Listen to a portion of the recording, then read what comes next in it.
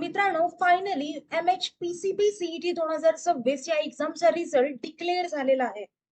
आता हा प्रश्न येतो की एक्झॅक्टली रिझल्ट 1 डिक्लेअर झालाय, रिझल्ट 2 डिक्लेअर झालाय.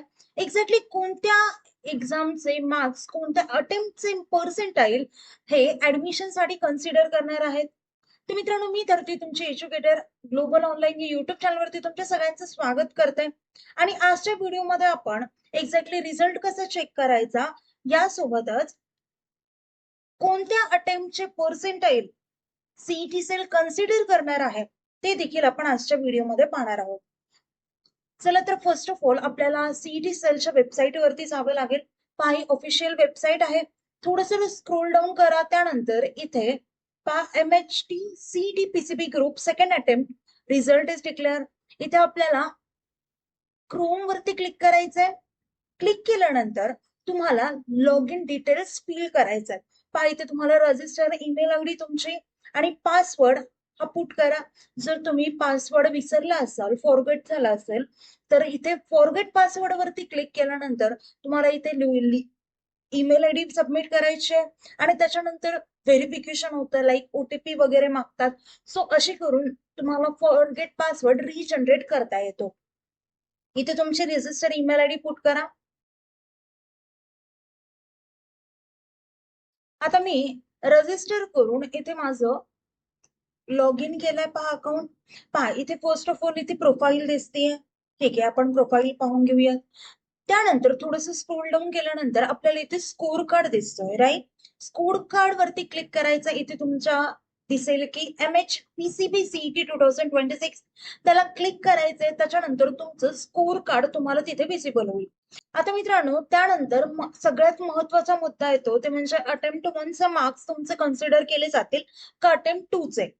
तर ज्या अटेम्प्ट मध्ये तुम्हाला सगळ्यात जास्त मार्क्स असतील तर त्या अटेम्प्टचे मार्क्स तुमचे कन्सिडर केले जातील. तिथे बेस्ट ऑफ 2 हा रूल अप्लाय होतो. आता मित्रांनो, पण जर तुम्हाला इन केस दोन्ही अटेम्प्ट मध्ये जर सेम पर्सेंटाईल आले तर सीईटी काय करतं, tie breakers rule order follow करता. जसं की जर बायोलॉजी मध्ये तुम्हाला मार्क जास्त असतील ज्या अटेम्प्ट मध्ये, तर त्या अटेम्प्टचे पर्सेंटाईल कन्सिडर करतील. किंवा त्याच्यातही जर सेम असतील तर फिजिक्सचे मार्क्स पाहतील, कम्पेअर करतील.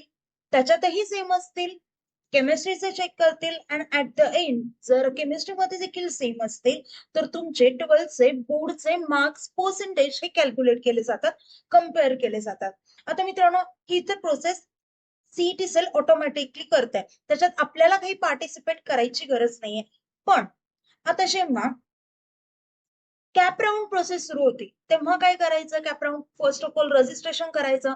त्यानंतर वेगवेगळे राऊंड्स होतात. सो त्यासाठी आपल्याला पार्टिसिपेट करावं लागतं. राऊंड मध्ये प्रिफरन्स ची जी लिस्ट असते तर ती खूप व्यवस्थित प्रिपेअर करावी लागते.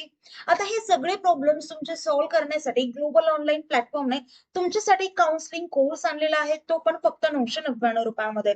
यामध्ये जर तुम्हाला कमी पर्सेंटाईल असतील, चांगलं कॉलेज हवं असेल, त्याच्यासाठी आपण ट्राय करतो, प्रिफरन्स लिस्ट तयार करून देतो, डॉक्युमेंटसाठी गायडन्स करतो. आणि आतापासून कॉलेजमध्ये ऍडमिशन मिळेपर्यंत, लाईक स्कॉलरशिप साठी कधी हेल्प हवी असेल किंवा अशा बऱ्याचशा ज्या गोष्टी असतात तर त्या आपण या एका कोर्समध्ये तुम्हाला प्रोव्हाइड करणार आहोत. सो लवकरात लवकर कोर्स जॉईन करा. कोर्स जॉईन करण्यासाठी या नंबरवरती तुम्ही कॉन्टॅक्ट करू शकता. सीट्स लिमिटेड आहेत, सो लवकरात लवकर कोर्स जॉईन करा. मित्रांनो, कुठल्याही प्रकारचे डाऊट असेल तर मला व्हिडिओ खाली कमेंट करून सांगा. आणि तुमचा बेस्ट पर्सेंटाईल कोणत्या अटेम्प्टचा आहे आणि एक्झॅक्टली किती पर्सेंटाईल आले हे देखील मला कमेंट करून सांगा. आणि तुमचं ड्रीम कॉलेज कोणतं आहे ते देखील मला कमेंट करून नक्कीच सांगा. आता आपलं लेक्चर इथे सेंड करूयात. And all the best for your further process. Thank you. Have a nice day. Bye.